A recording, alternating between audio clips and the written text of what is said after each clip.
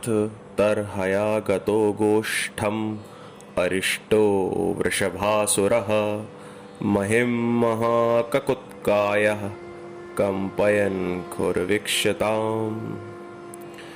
लिखा है, जिस समय भगवान श्री कृष्ण व्रज में प्रवेश कर रहे थे और वहां आनंद उत्सव की धूम मची हुई थी, उसी समय अरिष्टासुर नाम का एक दैत्य बैल का रूप धारण करके आ गया। तो देखिए, अब 36वें अध्याय में, दशम स्कंद के 36वें अध्याय में अरिष्टासुर नाम का दैत्य बैल का रूप धारण करके आया है। उसका कंधे का पुट्ठा या थुआ और डील डोल दोनों ही बहुत बड़े थे, कंधे ऊंचे ऊंचे थे। वह अपने खुरों को इतने जोर से पटक रहा था कि उससे धरती कांप रही थी। वह बड़े जोर से गरज रहा था। इधर कंस का ये भेजा हुआ जो अरिष्टासुर नाम का दैत्य बैल का रूप धारण करके आया और भगवान को मारने के लिए दौड़ा, तो भगवान श्री कृष्ण ने क्या किया, इस विशाल काय दैत्य के सींग पकड़ करके यूं मरोड़ दिया जैसे कोई गीले कपड़े को निचोड़ देता हो। उसी समय अरिष्टासुर का उद्धार हो गया। तब देवर्षि नारद जी अब मथुरा में पहुंच गए। मथुरा में देवर्षि नारद जी आए हैं। कंस ने स्वागत किया। आइए गुरुजी, बड़े पधारे। नारद जी बोले, हे राजा कंस, चक्कर क्या है? तुम्हारे चेहरे पर 12 बजे रहते हैं। मुझे तुम्हारे बारे में अशुभ संकेत होते हैं। मुंह लटकाए क्यों बैठे हो? कंस ने कहा, हे गुरुदेव नारद जी, क्या बताऊं, बड़े बड़े असुरों को मैंने व्रज में भेजा। जाते तो सब है पर आता कोई नहीं है। मेरी समझ में नहीं आता कि ये कृष्ण बलराम है तो है कौन। नारद जी बोले, अरे राजन सुनो, ये जो कृष्ण कन्हैया हैं, ये नंद के लाला नहीं है, ये बल्कि तुम्हारी ही बहन देवकी के पुत्र हैं। वसुदेव के द्वारा देवकी के गर्भ से निकले ये 7वें 8वें पुत्र ही कृष्ण और बलराम हैं, जिन्हें तुम नंद लाला समझ रहे हो। अच्छा, तो कंस बोला, महाराज, अरे गुरुदेव, ये कैसे संभव हो गया? वह दोनों मेरे बंदी गृह में थे, उनके सारे बच्चे मैंने अपने हाथों से मारे हैं। नारद जी बोले, तुम बड़े भोले हो, तुम्हें अभी तक कुछ नहीं पता। वह वसुदेव चुपचाप जा करके नंद के गृह में अपने पुत्र को छोड़ आया था। अब जैसे ही कंस ने सुना कि वसुदेव ने मेरे साथ विश्वासघात किया है, तो क्रोध के मारे कंस का बुरा हाल हो गया। निशा तमसिमादत्त वसुदेव जिघांसया निवारितो नारदेन तत्सुतौ मृत्युमात्मनः। उसी वक्त कंस ने वसुदेव को मारने के लिए तीखी तलवार निकाल ली और कहता है कि अब मैं इसे जिंदा नहीं छोड़ूंगा। उसने मेरे साथ गलत किया, मैंने उस पर विश्वास किया और उसने मेरा विश्वास तोड़ दिया। नारद जी ने हाथ पकड़ लिया, सुनो राजन, अब ये जोश से काम लेने का समय नहीं है। उस समय तुमने दया कर दी, अब भी गलती मत करो, होश से काम लो। उसे जो करना था उस वसुदेव ने वह कर लिया, अब तुम वह करो जो मैं बताता हूं। वसुदेव को यदि तुमने मारा तो वसुदेव फिर कभी पकड़ में आने वाला नहीं है। मतलब वासुदेव को मारोगे तो वसुदेव का पुत्र वासुदेव श्री कृष्ण तुम्हारी पकड़ में नहीं आएगा, और उसके माता पिता तुम्हारे पास जब तक रहेंगे तब तक उसका आना अनिवार्य रहेगा। वह आएगा ही आएगा, अपने माता पिता से मिलने वह आएगा ही। एक काम करो, तुम ही कुछ ऐसी योजना बनाओ कि वह अपने आप वृंदावन से मथुरा आ जाए। कुछ आनंद की व्यवस्था करो, कुछ उत्सव की तैयारी करो, ऐसा आयोजन करो कि वह आ जाए। बच्चों का मेले में आने का बहुत मन होता है, और यदि उसका मन ना हो तो तुम किसी बहाने उसे बुलवा लो। तुम यहां से जितने असुर भेजते रहोगे, दोनों भैया मिलकर वहां एक एक से तुम्हारे सब असुरों को मार दे रहेंगे। इसीलिए इसके विरुद्ध यदि तुमने बुला लिया और वह यहां आ गए मथुरा में, तो तुम सब मिलकर जितने राक्षस हो उस पर टूट पड़ना। कृष्ण बलराम मारे जाएंगे, उन्हें मार लेना। कंस बोला, हाँ गुरुदेव, ये बात आपने बहुत बढ़िया कही है, आज तक इस दिमाग में ही ये बात नहीं आई। नारद जी ने कहा, हमारी शुभकामनाएं आपके साथ हैं। ऐसा कहकर नारद जी चले गए। देखो भैया, नारद जी यहाँ भगवान की इस लीला में भगवान का सहयोग देने आए हैं। इसीलिए कंस को ये योजना दी कि तुम किसी मेले का इंतजाम करो। बच्चा है तो मेले में बच्चों का मन लगता है, तो वो आ जाएगा। अरे जो अमना है, जिसने माया का निर्माण किया है, जिसके मन में कोई संकल्प विकल्प नहीं होता, उसके मन में मेले देखने की इच्छा कैसे होगी? ये तो भगवान की एक लीला है जिसमें नारद जी सहयोग कर रहे हैं। और कंस जो मूर्ख है, कहते हैं ना कि शंख सदा दूसरों के बजाने से बजता है, इसीलिए शंख और मूर्ख ये दोनों दूसरों के बजाने से चलते हैं। तो भैया नारद जी ने जैसा कहा, कंस ने भी वैसा ही किया। नारद जी चले गए। कंस ने तुरंत बड़े बड़े असुरों को बुलाया और आदेश दिया कि वसुदेव देवकी को ले आओ और बंदी बना करके बंदी गृह में इन्हें कैद कर दो। मैं पहले कृष्ण को देखूं, बाद में इनसे, इस वसुदेव और देवकी से निपटूंगा। अब उन्हें कैसे बुलाया जाए, कौन लेने जाए, ये जरा सोचने वाली बात है। केशी नाम का दैत्य बोला, महाराज, जो इनकी सभा में था ना, कंस की सभा में केशी नाम का एक दैत्य था। वह बोला, महाराज एक बार मुझे मौका मिल जाए तो अच्छा होता। कंस बोला, अच्छा भाई, एक मौका तुम्हें भी देते हैं। केशी दैत्य चल पड़ा और जैसे ही केशी यमुना तट पर क्रीड़ा करते गोविंद को खा जाने के लिए घोड़ा बनकर मुंह फाड़कर दौड़ा कि भगवान ने उस पे मुष्टिका बांधकर पूरा हाथ ही उसके मुंह में डाल दिया। भगवान ने ऐसा मारा कि उसके मुंह में भगवान ने पूरा हाथ डाल दिया।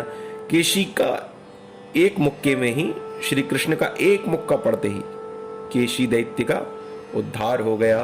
कंस ने तुरंत निर्णय लिया कि अब कृष्ण बलराम को लाने के लिए मैं अक्रूर जी को भेजूंगा।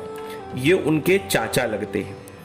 अक्रूर जी भगवान श्री कृष्ण के चाचा लगते हैं। दूत को भेजकर अक्रूर जी को बुलवाया गया। कंस ने बुलाया है ये जानकर अक्रूर जी पहले तो बहुत घबराए, फिर डरते डरते गए कि हे भगवान, ना जाने क्या संकट आने वाला है, दुष्ट ने हमें क्यों याद किया, समझ में नहीं आता। पर जैसे ही दरबार में हैरान परेशान अक्रूर जी ने प्रवेश किया कि सब दरबारियों के साथ खड़े होकर कंस ने आगे बढ़कर के उनका स्वागत किया। आइए आइए मित्र, तुम तो हमें बिल्कुल ही भूल गए। गृहीत्वा पाणिना पाणिम ततो क्रूरम उवाच। देखिए रामचरितमानस में लिखा है कि नवनी नीच कहीं अति दुखदाई। जो दुष्ट होते हैं वो परिस्थिति के साथ अपने स्वभाव को प्रकट करते हैं। नवनी नीच कहीं अति दुखदाई, रामचरितमानस में तुलसी बाबा लिखते हैं कि जो दुष्ट होते हैं, अगर वो प्रेम दिखा रहे हैं, झुक के आपको नमस्कार कर रहे हैं, तो ये मत समझो कि अब वो सुधर गए हैं। ये उनके किसी स्वार्थ को साधने के लिए उनके स्वभाव का क्षणिक परिवर्तन है। आज कंस ने अक्रूर जी को गले लगा लिया, स्वागत किया, बड़े दिन हो गए तुम मिलते नहीं। जब हाथ में हाथ लेकर कंस ने बड़े आदर के साथ दरबार में अक्रूर जी को बिठाया तो अक्रूर जी की धड़कन तेज हो गई। अक्रूर जी सोचने लगे, दुष्ट ने कभी हमसे ढंग से राम राम तक नहीं की और आज कितने प्यार से हाथ मिला रहा है, अपने पास बिठा रहा है। भगवान जाने क्या संकट आएगा।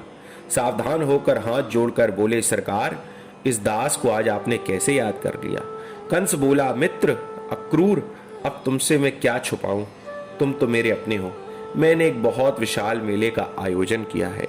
मेरी हार्दिक इच्छा है कि तुम मेरा रथ लेकर व्रज में जाओ और वृंदावन में श्री कृष्ण बलराम को वहां से ले आओ। आजकल मैंने उनका बड़ा नाम सुन रखा है।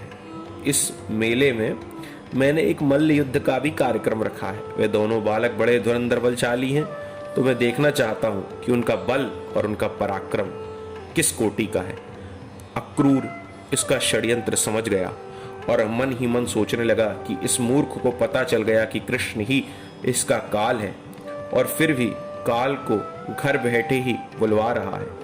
हाथ जोड़कर अक्रूर जी बोले, महाराज कंस, एक बात कह दूं, हर व्यक्ति मनोरथ बड़े ऊंचे ऊंचे बांधता है, पर क्या कर पाएगा ये तो वक्त बतलाता है। मनोरथान करोत्युच्चैर जनो दैव हतानपि युज्यते हर्ष शोकाभ्याम तथाप्याज्ञाम करोमिते। मैं तो आपका सेवक हूं, आपने जो आज्ञा दी तद अनुसार सब काम करूंगा, पर आप जो सोच रहे हैं उनमें से कितने सफल होंगे ये वक्त बताएगा। यूं कहकर अक्रूर जी तो चल पड़े अपने भवन में, रात्रि विश्राम किया और प्रातः काल होते ही श्री धाम वृंदावन जी की यात्रा को चल पड़े। सवेरे के चले हुए शाम को अक्रूर जी पहुंचे। लिखा है, भागवत कहती है, उषित्वा रथमास्थाय प्रययौ नंद गोकुलम। अब इतना वक्त कैसे लग गया भाई? तन तो रात में था, परंतु मन के रथ पहले ही मनोरथ पूर्वक अक्रूर जी महाराज वृंदावन पहुंच गए। किम मया चरितम भद्रम किम तप्तम परमम तपः किम वाताप्यर्हते दत्तम यद द्रक्ष्याम्यद केशवम। आज मैंने कौन सा शुभ कर्म किया है, अक्रूर जी सोचते जा रहे हैं। कौन सी कल्याणमयी इच्छा का कार्य किया है जो आज मुझे श्री कृष्णचंद्र जी का दर्शन प्राप्त होने वाला है। वह श्री कृष्ण जो अपने प्रेमियों को ही नहीं अपितु अपने शत्रुओं को भी तार देता है, उन श्री कृष्ण चंद्र का दर्शन मुझे होने वाला है। जिनका कोई प्रेम से भजन करे तो उद्धार, जिनका कोई वैर से भजन करे तो उद्धार, उन श्री कृष्ण का आज मैं दर्शन करने वाला। वह मैं जानता हूं कि उनके श्री चरण कैसे हैं। योगी ध्येयांघ्रि पंकजम, बड़े बड़े योगी ध्यान में उन्हीं चरणों का तो चिंतन करते हैं, स्मरण करते हैं। उनके चरणों का चिंतन करने मात्र से अमंगल नष्ट हो जाते हैं। कंस कितना भी बुरा सही, पर मैं तो उसे धन्यवाद दूंगा। अपने घर में आराम से मैं सोया पड़ा था, कंस ने स्वयं दूत भेजकर बुलवाया और अपना रथ देकर परमात्मा से मिलने के लिए मुझे आज भेजा है। तो भगवत दर्शन में भी जो सहयोग दे उसे धन्यवाद देना ही चाहिए। मैं तो भाई कंस को हृदय से धन्यवाद देता हूँ। कंसो बताद्याकृत में अनुग्रहम, ये कंस का ही तो अनुग्रह है जो उसने मुझे यहाँ भेजा। परंतु यदि कंस ने भेजा है तो प्रभु मेरी उपेक्षा तो नहीं करेंगे। फिर सोचते हैं नहीं नहीं, प्रभु मेरी उपेक्षा कदापि नहीं करेंगे, क्योंकि वह तो भक्तवांछा कल्प तरु हैं। उन्होंने अपनी शरण में आए विभीषण को तारा, परम बलशाली बलि का साथ नहीं दिया, अपितु कमजोर बलि के भाई का साथ दिया। भक्त के मनोरथ कल्प तरु की तरह पूर्ण करते हैं प्रभु। मुझे विश्वास है उनका दर्शन मुझे अवश्य मिलेगा। अचानक शुभ शकुन हो गए। ये मृगों का झुंड मेरी दाहिनी तरफ से दौड़ता भागता चला गया। शुभ संकेत मिला है, मुझे प्रभु का दर्शन निश्चित होगा। कैसे होगा उनका श्रीअंग? मैंने तो आज तक सुना है, देखा तो कभी नहीं। बड़े विशाल मछली जैसे उनके नेत्र होंगे, विशाल ललाट होगा, रसगुल्ले जैसे गाल होंगे, तोते की चोंच की जैसी सुंदर नासिका होगी, बिंबा फल की तरह लाल लाल उनके ओंठ होंगे। इस प्रकार कल्पनाओं में खो गए अक्रूर जी। देखिए, वृंदावन से मथुरा का जो रास्ता है वो 2 घंटे का है, पर अक्रूर जी को 12 घंटे लग गए। तो क्यों लग गए, इसका वर्णन हमारी भागवत करती है कि वो मन में बहुत सारे संकल्प किए जा रहे हैं। क्या भगवान मुझे अपनाएंगे? क्या कंस का मैं संदेश लेके जा रहा हूँ, उनका संदेश वाहक हूँ, तो कहीं मुझे त्याग तो नहीं देंगे? मुझसे प्रेम करेंगे या नहीं? किस प्रकार का उनका स्वरूप होगा? कैसे उनके ओंठ होंगे? कैसी उनकी नासिका होगी? इस प्रकार से भगवान के स्वरूप का तन्मय होकर के ध्यान करते हुए अक्रूर को मथुरा से वृंदावन की जो एक छोटी सी यात्रा है वह विशाल हो गई। क्यों? क्योंकि उनका ध्यान मार्ग पे है ही नहीं, वे तो परमात्मा के चिंतन में लीन है। इसीलिए जो 2 घंटे की यात्रा है वो 12 घंटे की हो गई। कल्पनाओं में खो गए अक्रूर जी। द्रक्ष्यामि नूनम सुकपोल नासिकम स्मितावलोक कारुण कंजलोचनम मुखम मुकुंदस्य गुडालकावृतम प्रदक्षिणम में प्रचरन्ति वै मृगा। भगवान के ध्यान में आनंद की समाधि अक्रूर जी की लग जाती है। अब घोड़े तो तब चलेंगे जब कोई उन्हें हाकेगा, चलाएगा। घोड़े भी शांत खड़े हो जाते हैं। अक्रूर जी समाधि लगाए रथ में बैठ गए। कई घंटे बीत गए। जब होश आता है तब फिर घोड़े हाँकते हैं, और घोड़े जहां 4 कदम और चले कि फिर समाधि लग गई।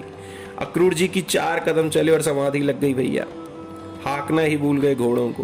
परिणामतः शाम को पहुंचे। रथेन गोकुलम प्राप्तः सूर्यश्चास्त गिरिम नृप। सुखदेव जी कहते हैं परीक्षित सूर्यास्त हो गया वृंदावन में पहुंचते पहुंचते, जबकि मथुरा से वृंदावन को कोई पैदल भी जाए तो 2 घंटे से ज्यादा नहीं लगते और ये रथ पे हैं, पर इन्हें रथ से भी इतना समय लग गया। शाम का वक्त था।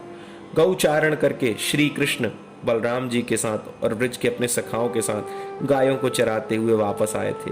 गायों के पीछे पीछे चलते हैं, इसलिए भगवान के सुंदर सुंदर चरण चिन्ह पृथ्वी पर अंकित होते चले जाते हैं। मानो ब्रज भूमि से इतना अनुराग है कि गायों के खुर से जो धरती खुद जाती है, उसकी पीड़ा को दूर करने के लिए भगवान अपने सुकोमल चरणों की मरहम पट्टी करते हुए जाते हैं। अपने सुखद चरणों के स्पर्श से पुलकित कर देते हैं पृथ्वी को और उसकी पीड़ा को दूर कर देते हैं। रथ में चलते चलते अक्रूर जी ने जो चरणों, भगवान के चरणों के चिन्हों को देखा, वज्र, अंकुश, ध्वजा आदि से अंकित चरणों को देखा कि पहचान गए। रथ से कूद पड़े और रज को नीचे से ऊपर तक अपने श्री अंग, भगवान के श्री चरणों से युक्त उस रज को अक्रूर जी ने अपने अंग में लगा लिया। ओहो, अक्रूर जी कहते हैं ये मेरे प्यारे के चरण चिन्ह हैं। मैंने पहचान लिया, अपने प्रिय की हर वस्तु प्रिय लगती है। आज उनके चरण चिन्ह को देखते ही प्रेम में इतने डूब गए अक्रूर जी कि उस रज को ही उठाकर पूरे शरीर में लपेट लिया। दौड़ कर आगे बढ़े तो देखा कि दोनों भैया कृष्ण बलराम गैया दोहने की तैयारी कर रहे हैं। शाम का वक्त है, गौदोहन की वेला है। दोनों के हाथ में दोहनी है और दोनों भैया गलवैया डाले हुए हैं। कन्हैया के श्याम वर्ण पर पीतांबर लहरा रहा है और दाऊ जी बलराम जी के गोरे गोरे श्रीअंग पर नीलांबर लहरा रहा है। भागवत कहती है ददर्श कृष्णम रामम च व्रजे गोदोहनम गतौ पीत नीलांबर धरौ शरदंबु रुहे क्षणौ। जैसे शरद पूर्णिमा में 2 चंद्रमा एक साथ प्रकट हो गए हों, अक्रूर जी महाराज दौड़ पड़े श्री कृष्ण और बलराम को देखते हुए। श्री कृष्ण और बलराम का स्वरूप कैसे जान पड़ रहा है अक्रूर जी को? जैसे शरद पूर्णिमा में 2 चंद्रमा एक साथ प्रकट हो गए हों। अक्रूर जी महाराज ने देखा और दौड़ पड़े और प्रभु के पाद पद्मों में जाकर के अक्रूर जी लिपट गए। ऐसा प्रेम अक्रूर जी के हृदय में उमड़ा कि भगवान छुड़ा रहे हैं, भगवान छुड़ा रहे हैं, पर छुड़ाने पर भी छुड़ा नहीं पा रहे। बार बार उठाते हैं पर अक्रूर जी उठ नहीं पाते हैं। प्रेम भरे आंसुओं से भगवान के चरणों का धोवन हो रहा है। भगवान के चरणों को धो रहे हैं अपने नेत्रों के आंसुओं से अक्रूर जी। प्रभु ने जैसे तैसे उठाकर हृदय से लगाया। दाऊ भैया भी अक्रूर चाचा के प्रेम को देख करके गदगद हो गए। दोनों भैया हाथ पकड़कर प्रमुदित होकर ले चलो चलो चलो, चाचा जी आ गए, चाचा जी आ गए। बड़े प्रेम के साथ हाथ पकड़कर भीतर ले आए। नंद बाबा ने दौड़कर अक्रूर जी से भेंट की। भगवान ने दिव्य आसन पर उनको बिठाया। प्रक्षालय विधिवत पादौ, पाद प्रक्षालन किया और निवेद्य गाम चातिथये गौ माता का दर्शन कराया कि देखो हमारी गौशाला। इस प्रकार से श्री कृष्ण ने उन्हें अपनी गौओं की दर्शन कराए। भगवान श्री कृष्ण का एक नाम है गोपाल। क्यों? क्योंकि श्री कृष्ण गौ सेवा करते थे। और जब अक्रूर जी आए तो उन्होंने अपने घर की सबसे शोभायमान स्थान को अर्थात अपनी गौशाला का दर्शन अक्रूर जी को कराया। प्राचीन भारत की परंपरा थी कि घर में कोई अतिथि आवे तो सबसे पहले उसे गौ माता का दर्शन कराया जाता था। इसके कई उद्देश्य होते थे। गौ माता के समान पवित्र और कोई है ही नहीं, इसलिए पहले पवित्रतम गौ माता का दर्शन कराना आवश्यक है। दूसरा कारण एक और भी था कि कोई अतिथि संकोच में न पड़े कि हमें चाय की जरूरत है, दूध की जरूरत है, घी की जरूरत है, दही की जरूरत है, छाछ की जरूरत है, तो वह मांगने में न सकुचाए। इसीलिए मांगने में सकुचाएगा कि न जाने इनके घर में होगा कि नहीं, इसलिए गौ माता का दर्शन करा दिया जाता था कि गौ माता की कृपा से दूध और दही हमारे घर में है, इसकी कोई कमी नहीं। आपको जो भी चाहिए निसंकोच होकर के मांग लीजिए, जब चाहिए तब मांगो, चकाचक सब कुछ मिलेगा। इसलिए गौ माता का दर्शन पहले ही करा दिया जाता था ताकि अतिथि संकोच में ना रहे। तो वह सब अतिथि पूजन की पद्धति का भगवान ने पूर्ण निर्वाह किया। इसके बाद अन्नम बहुगुणम मेध्यम, विविध प्रकार का भोजन अक्रूर जी को कराया गया। जब रात्रि विश्राम करने लगे तो प्रभु चाचा जी के चरण दबाने लगे। श्री कृष्ण स्वयं अपने चाचा क्रूर जी के चरण दबाते हैं। अक्रूर जी के तो आनंद का पारावार नहीं रहा। भक्त जितना सोच नहीं पाता उतना प्रभु उसे आदर और स्नेह देते हैं। एकांत पाकर भगवान ने पूछा, हे चाचा जी, अब बताइए कि मथुरा में सब कुशल से तो है? अक्रूर जी कुछ बोलते ही नहीं है। भगवान बोले, हमने प्रश्न ही अनुचित कर दिया। किम नूनः कुशलम पृच्छे एधमाने कुलामये। चाचा जी, यदुवंशियों से कुशलता का प्रश्न पूछना ही गलत है, क्योंकि यदुवंशियों के शरीर में जो कंस रूपी कैंसर पैदा हो गया है उसके रहते कौन कुशल हो सकता है। तो देखिए, श्री कृष्ण ने पहले अपने चाचा क्रूर जी से पूछा, जब कोई उत्तर नहीं मिला और उनका उदास चेहरा देखा तो भगवान श्री कृष्ण ने स्वयं ही अपनी बात को काटते हुए अक्रूर जी से कहा कि मैं समझ गया हूँ कि कंस यदुवंशियों को बहुत प्रताड़ित करता है, इसीलिए वह दुख के गहरे समुद्र में फंसे हुए हैं। इसीलिए अक्रूर चाचा आप कोई उत्तर नहीं दे पा रहे हैं। उसके रहते, उस कंस के रहते कोई कुशल नहीं है, ये मैं समझ गया। अक्रूर जी ने कहा, ठीक कह रहे हो श्री कृष्ण, इस बीमारी का इलाज करवाने के लिए ही मैं आपके पास आया हूँ। वह रोग आपके हाथों से ही ठीक हो सकता है। कंस का सारा षड्यंत्र चुपचाप अक्रूर जी ने कृष्ण को समझा दिया। भगवान श्री कृष्ण हंसकर बोले, चाचा अक्रूर जी, मामा जी ने हमें याद किया है तो हम मामा जी से मिलने जरूर जाएंगे, परंतु ये षड्यंत्र और किसी को मत सुना देना, अन्यथा यहाँ से निकलना बहुत मुश्किल हो जाएगा। आप तो केवल मेले में हमें घुमाने ले जा रहे हो, इतनी ही बात कहना। यूं समझाकर भगवान श्री कृष्ण ने नंद बाबा के पास अक्रूर जी को लेकर के आए और बोले, बाबा बाबा, हम तो मथुरा को मेला देखने जाएंगे। नंद बाबा ने अक्रूर जी से भेंट की और कहा, भैया अक्रूर, मैं कन्हैया को अकेलो तो भेजवो नहीं, या को मेलो दिखानो है तो या के संग मैं जरूर चलूंगा, मेला भी घूम लेंगे और कंस को भी कर भी देंगे। नंद बाबा ने तो पूरे वृंदावन में दुहाई लगवा दी, जो मथुरा को मेला देखो चाहे सवेरे तैयार हो जाओ। गली गली में सबको यह बात पता चल गई। जहां गोपियों के कान में यह समाचार पड़ा कि गोविंद कल सुबह मथुरा चले जाएंगे, सब गोपियों की नींद उड़ गई। जिनके दर्शन में पलक गिरने का भी व्यवधान गोपियां सहन नहीं कर सकती थीं, जिनको अपने नेत्रों से गोपियां दूर नहीं देख सकती थी, उनके जाने की बात सुनकर कैसे गोपियां रह पाती। सब गोपियां घर द्वार छोड़कर इकट्ठी हो गईं। सखी, तूने सुना? दूसरी बोली, हाँ हाँ मैंने सुना, वही तो मैं चर्चा करने तेरे पास आ रही थी। अब क्या होगा? एक बोली, वही होगा जो विधाता ने हमारे प्रारब्ध में लिखा होगा। सब गोपियां विधाता को गालियां दे रही हैं, ये विधाता बड़ा क्रूर है, चाहे जैसी कलम चला देता है। इसका स्वभाव तो बिल्कुल बच्चों जैसा है। छोटे छोटे बच्चे गंगा जी की रेती में बैठकर बढ़िया बढ़िया घर बनाते हैं, घंटों तक बनाते हैं, और बनाते बनाते जब मन भर जाता है तो एक लात मारकर तुरंत फोड़ देते हैं। उन्हें बनाने में भी आनंद आता है और फोड़ने में भी आनंद आता है। ये विधाता भी हम सबको खिलौना बनाकर ही खेल रहा है, अपनी मर्जी से खेलता है। जब चाहे तब खेला और जब चाहे तब तोड़ दिया। थोड़ी भी दया होती तो ऐसा क्रूर विधान बनाता ही क्यों। अहो विधातस्तव न क्वचित दया संयोज्य मैत्रिया प्रणयेन देहिन तांश्चाकृतार्थान व्यूनडक्षय पार्थकम विक्रीडतम तेर्भक चेष्टितम यथा। दूसरी बोली, दूसरी गोपी कहती है, बहन अब विधाता तो हमने देखा नहीं, उसको कोसने से कोई हमें लाभ भी नहीं। तो तीसरी बोली, मेरे लिए तो यह क्रूर यमराज बनकर आया है, ना ये आता ना कहीं गोविंद के जाने का प्रश्न उठता। चौथी बोली, ये भी ठीक कहा बहन, इसका नाम क्रूर नहीं क्रूर होना चाहिए। सारे ब्रजमंडल की दो आंखें हैं कृष्ण और बलराम, और ये दोनों को निकाल कर ले जाएगा। इससे बड़ा क्रूर कर्म और क्या हो सकता है।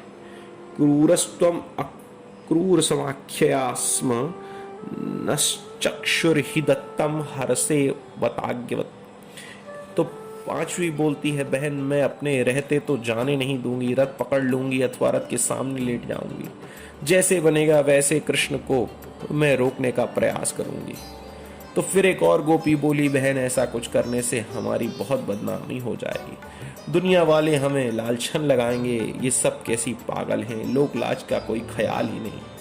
फिर एक और गोपी बोली, बहन जब अपने प्राण प्यारे ही जा रहे हैं तो लोक लाज भी चली जाए, उसे संभाल करके हम क्या करेंगे। निवारयामः समुपेत्य माधवम किम नो कर्ष्यन कुल वृद्ध बांधवा।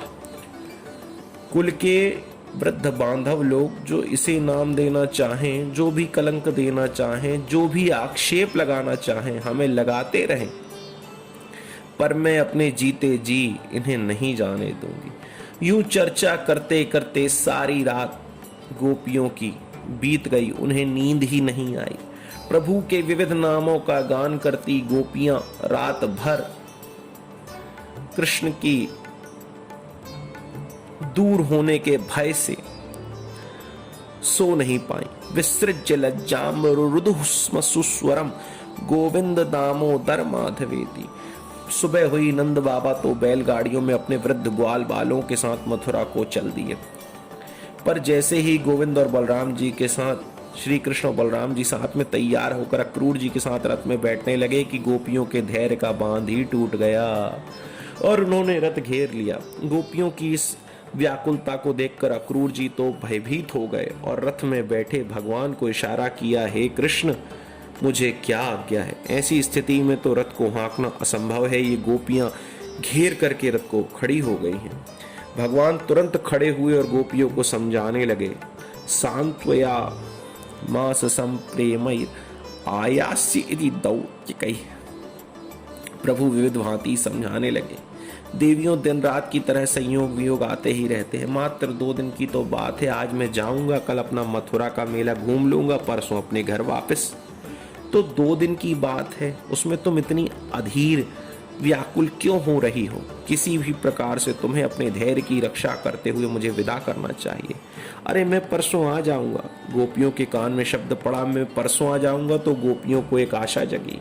आपस में बोली, बहन हमारे प्यारे श्री कृष्ण मथुरा में जाएं तो इन्हें कितना सुख मिलेगा और इनके दर्शन से मथुरा वासियों का, हमारे मथुरा के वासियों का भी कल्याण हो जाएगा। अतः हमें उस सुख में विक्षेप नहीं डालना चाहिए।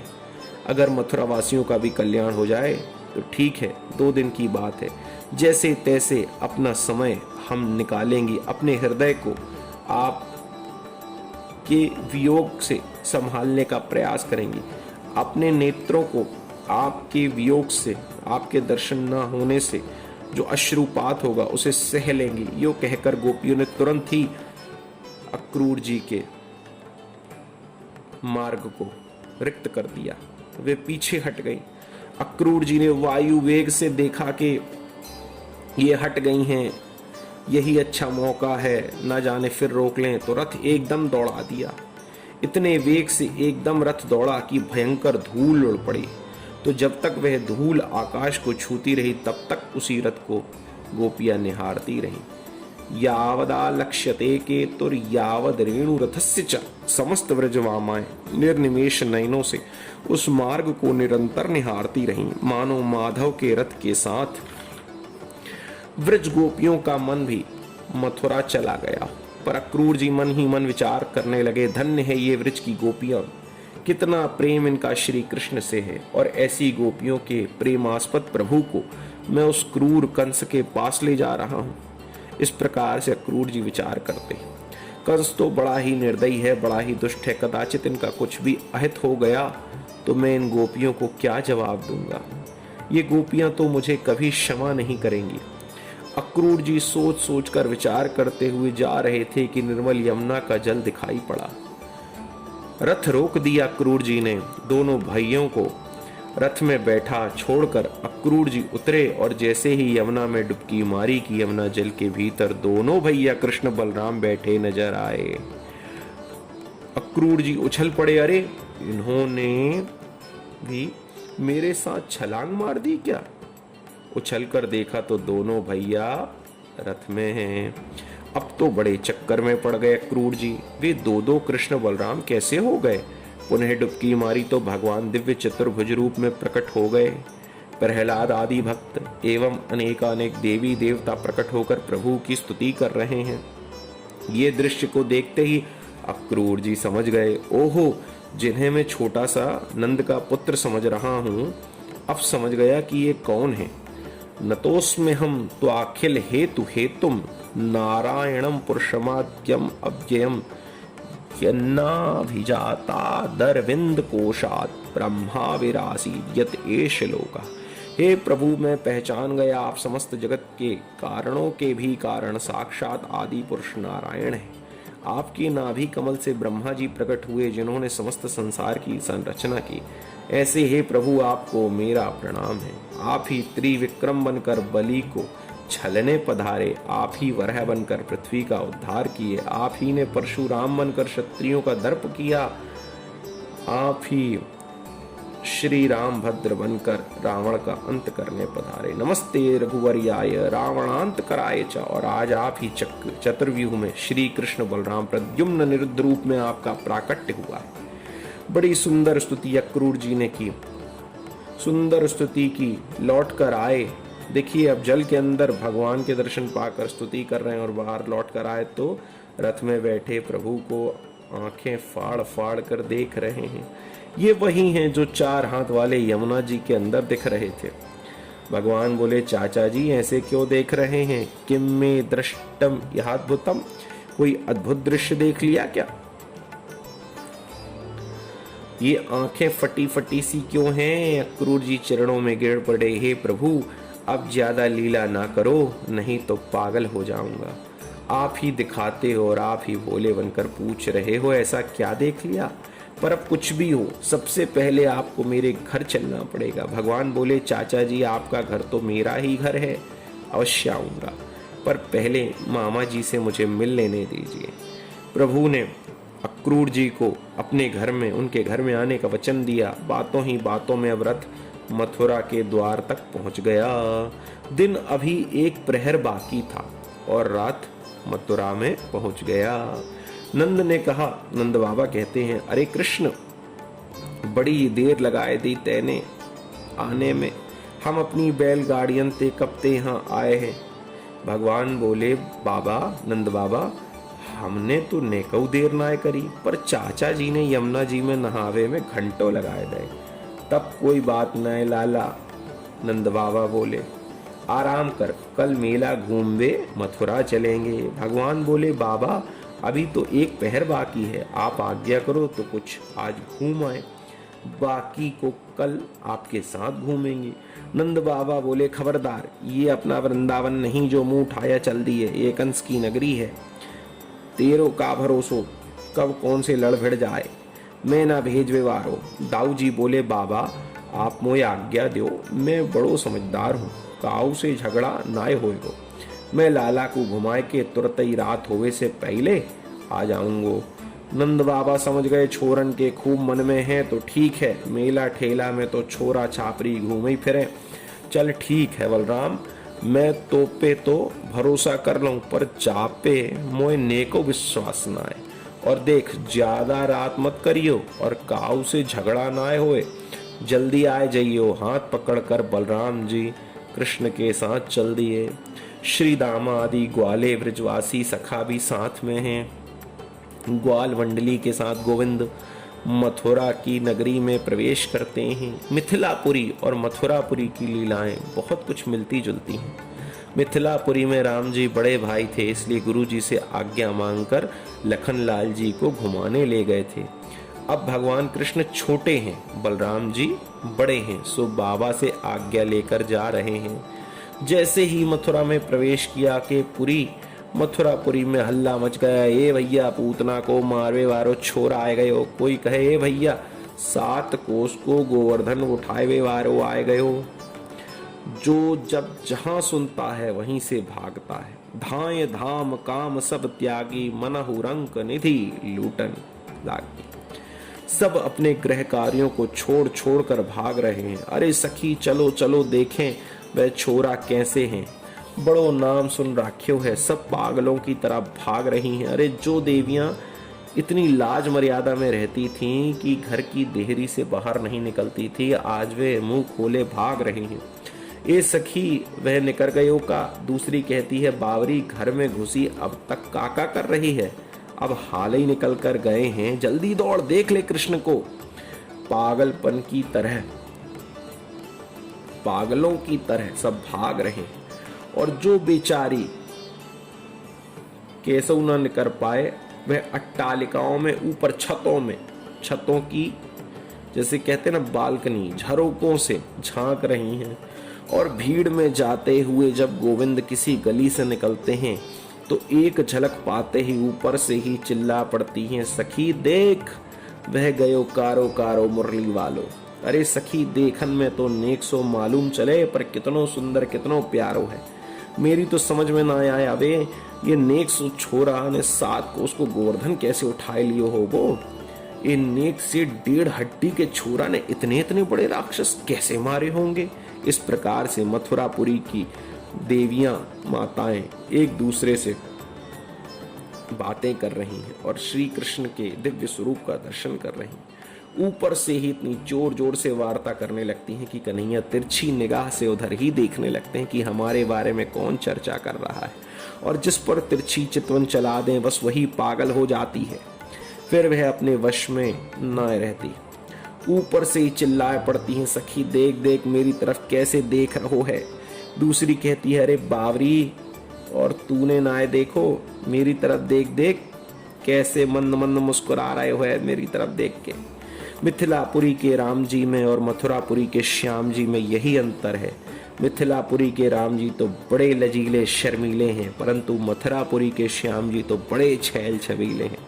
इन्हें काऊ से नेकाऊ संकोच नाए लगे, हठात सबके चित्त को बलात् अपनी ओर खींचने वाले हैं, इसलिए इनका नाम कृष्ण है। कर्षयति कृष्ण, किसी को नैन मटकाकर, किसी को भ्रकुटी हिलाकर, किसी को मंद मुस्कुराकर सब मथुरावासियों के चित्त को चुराते जा रहे हैं।